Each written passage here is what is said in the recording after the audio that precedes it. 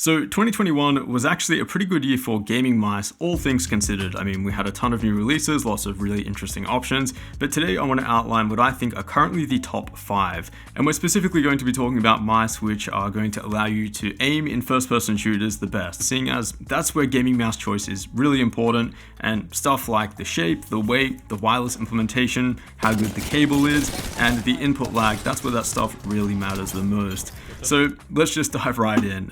Number 5 is one which I deliberated on for quite a while because there are just so many good options out there today, but I'm actually giving this one to an old favorite, the Endgame Gear XM1. This specific model here I did actually main for quite a while. This is the original XM1, which I've modded with a paracord cable and some core pads on the bottom, but they have since brought out a more updated model called the XM1R. This is actually the only mouse in this entire top 5 list with a cable, and I think that's saying a lot. Shape-wise, this is still one of the best gaming mice out there in my opinion. Specifically for claw grip, it's just a very exaggerated and well-formed shape that fits really nice in the hand. All of the tapers and the grooves, for example, they just feel like they're in the perfect spots, and the really low main mouse buttons, they just give you a really direct pointing and aiming experience. The input lag results are also pretty respectable here when we take a look at both the main clicks and the sensor. Not topping the charts here, but a couple of milliseconds off the top performers, that's not bad at all, especially from a much smaller company. The weight here comes in at about 70 grams. The updated model comes with a PMW 3370 sensor and KLGM 8.0 switches. It's currently going for about $70 on Amazon, and I think that's a really solid deal for one of the best shaped mice in existence. The number 4 spot goes to a mouse which I have not done a full review on yet, but I have been using it in the background here and there and testing it out, and that is the Pwnage Ultra Custom Sim 2.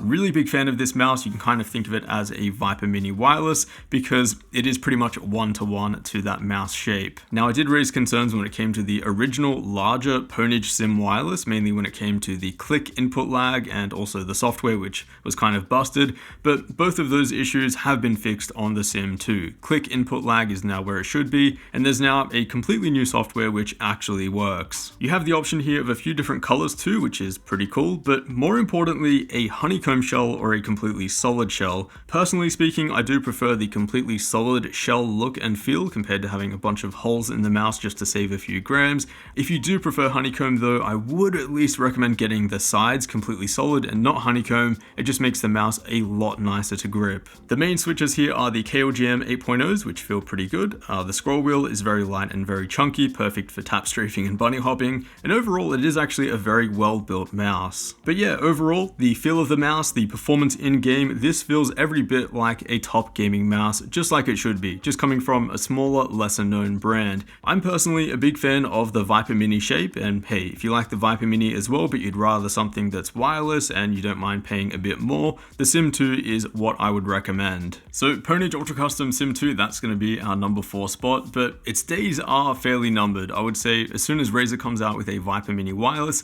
that is probably what I'm going to recommend instead. They are the original creators of the shape after all, so it feels more sensible to recommend that instead, and I think performance-wise that might be the better offering. But until that mouse exists, the Pwnage Ultra Custom Sim 2 is definitely number 4. Really solid offering. And like I said, I almost mained this, but it is a little bit too small for my hands. At the number 3 spot, I'm kind of cheating. I'm putting 2 mice in the one spot, but they are pretty much the same thing, just slightly different sizes. And that is the glorious Model D and D- wireless. So when it comes to an ergonomic, lightweight wireless mouse, I really don't think you can go wrong with either of these two options. So yeah, at the moment, these are what I would consider the top ergonomic gaming mice. Both coming in at around the 70 gram mark. Both feel super comfy in the hands, great buttons, great scroll wheel, and the pricing is pretty solid as well here at about $80. Now, ergonomic mice are not something that I'm usually a big fan of. They usually feel very oversized, heavy, and generally just like you're holding an oversized brick.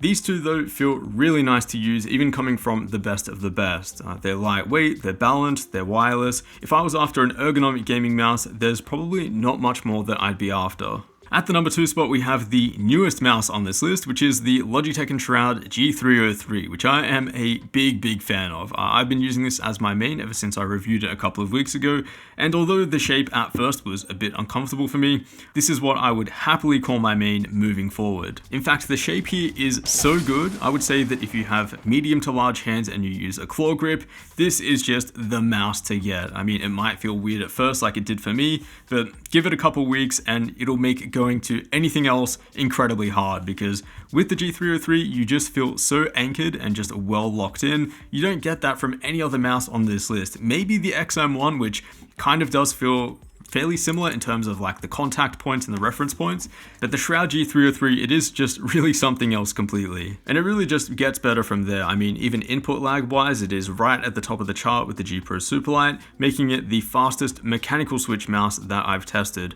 Battery life is also just insane. The buttons feel absolutely incredible too, super light and crispy, will not be swapping these out, and generally just really growing to like this mouse the more that I use it every single day. Now, if the shape wasn't so polarizing, then this would easily be rank 1, but at the same time, that's what makes the new G303 so good. It's that it has that intention behind grip style and shape, and kind of optimizing for a certain group of users when it comes to grip style and hand size. And hey, if that's you, so medium to large hands, claw grip, definitely give this thing a shot. The top gaming mouse on this list though is probably a surprise to no one, and that is the Logitech G Pro X Superlight. Now, this is the most used mouse when it comes to competitive gamers and what they're using for games like Valorant, Apex, etc. And it is really crazy that even a year after its release, no other company has managed to match Logitech and what they've done here. That is a completely medium-sized 60-gram solid shell, no cutouts at all, that is perfectly balanced. Combine that with a neutral, medium-sized shape that like 90% of people can get comfortable with. That pretty much sums up why the Logitech G Pro Superlight is rank 1 on this list and why so many people love it. The only thing that I'll note is that the scroll wheel on both of my copies did start to show a bit of age over time and gradually just ended up not sounding that great. Functionally, they are fine, but hopefully this is something that Logitech can fix in the future. So that concludes my top 5 list, but I also want to give some honorable mentions here. Firstly, I want to give a shout out to Razer and what they're doing, and overall just how much they've improved their mouse game recently. Experimenting with an 8000 Hz polling rate, for example, and implementing optical switches, that stuff does actually make a measurable difference, and technically speaking, I think Razer's mice are right up there at the top. Shape-wise though, I'm not really a fan of the Viper shape. I just find it really flat and not giving much support, especially when it comes to claw grip. In terms of the button feel and the build quality as well, I do think Logitech are a bit further ahead in that department. I'm a big fan of the optical switches when it comes to performance, but for now I don't feel that they're as light and crispy as a lot of the other mechanical switches that are out there. Also, if you are after a small budget gaming mouse for like $30, I don't think the Razer Viper Mini is beatable. It really is king there, and it's 100% worth an honorable mention if you're looking for something small and cheap. Next honorable mention goes to the XTRFY MZ1, which is a collaboration between XTRFY and Rocket Jump Ninja. The highlight for me here are the super contoured and low buttons, which just feel so nice to use with those dialed in KLGM 8.0 switches. The reason it's not in the top 5 list is, one, the shape is a little bit polarizing. Some people don't really like this shape, and my first copy had a really stiff scroll wheel, so that was a bit unfortunate. I think the quality control could be improved here, and I do personally find the cable as well to be pretty noticeable. Otherwise, it's still a really epic mouse, and I do think especially the aim enthusiast crowd will really love playing with this thing, and I'm personally really looking forward to the possibility of a wireless version as well. I'll also give a quick mention to the G305 as well. Given how good the Superlight and the new G303 are, it would be a bit of a crime not to mention this as well, seeing as it is under $50 and shares a lot in common. It's not as premium as those newer offerings, the coating is not as grippy, the glides are pretty rough out of the box, but performance wise it is still really solid. The Orochi V2 is a really nice option as well, but looking back at it, I do think it might be a bit too small for most people. The final mention goes to the Final Mouse Starlight 12. I did manage to secure a pre-order for the Starlight 12 Phantom Phantom, but I'm yet to receive it and test it out. In terms of the specs though, and what people have to say about it, it does look like a very competitive top tier mouse. Just a real shame that they can't make enough of them. So those are the top 5 aimbot gaming mice of 2021, and honestly a pretty hard list to put together. There are a ton of really good options out there at the moment, but I really don't think you can go wrong with any of the mice on this list. And also consider those honorable mentions, they are quite good too. If you are interested, I will have these linked down below. As always, a huge thanks for watching, and I'll see you all in the next one.